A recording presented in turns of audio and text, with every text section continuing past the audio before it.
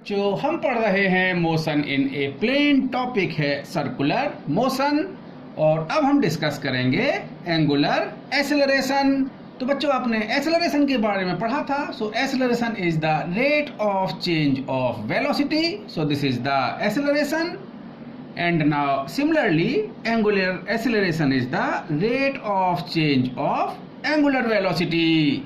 तो बच्चों हम डिफाइन कर सकते हैं angular acceleration of a particle performing circular motion is the rate of change of angular velocity of the particle is called the angular acceleration.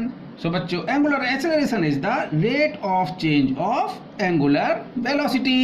और बच्चों अब हम डिफाइन करेंगे average angular acceleration. So if the change in angular velocity of a particle performing circular motion be delta omega in time interval delta t, then average angular acceleration, that is denoted by alpha bar, so that equal to delta omega upon delta t, यानी change in angular velocity upon time interval. और बच्चों अब हम discuss कर रहे हैं instantaneous angular acceleration. तो instantaneous angular acceleration का मतलब है बच्चों कि एक पर्टिकुलर टाइम पर angular acceleration of a particle which is performing the circular motion.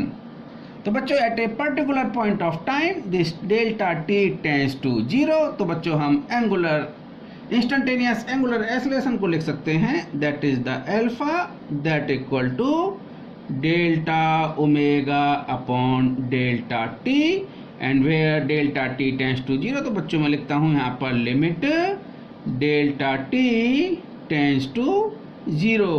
और बच्चों इसको लिख सकते हैं हम that is the d omega upon d t. तो आपका instantaneous acceleration alpha that equal to d omega upon d t. और बच्चों अब हम इसकी एसआई यूनिट देखते हैं। तो इसकी एसआई यूनिट क्या होगी बच्चों? तो बच्चों देखिए this alpha is change in angular velocity upon time interval. बच्चों एंगुलर वेलोसिटी की जो आपकी यूनिट थी that is the radian per second, और यहाँ पर आपका टाइम इंटरवल से डिवाइड हो रहा है। तो बच्चों इसकी यानी अल्फा या हम बोलें एंगुलर एक्सेलरेशन की जो आपकी एसआई यूनिट होगी so that is the radian per second square. Okay बच्चों। और अब हम डिस्कस करेंगे relation between the angular acceleration and linear acceleration. So now relation between the angular acceleration and the linear acceleration.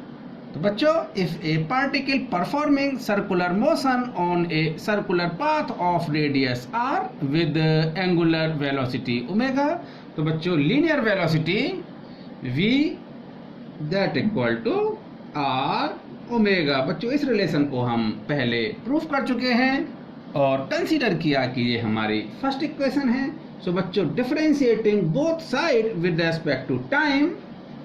तो बच्चों अगर मैं इस इक्वेशन को डिफरेंशिएट करूं विद रेस्पेक्ट टू टाइम तो बच्चों हम लिख सकते हैं d upon d t into v that equal to d upon d t into r into omega.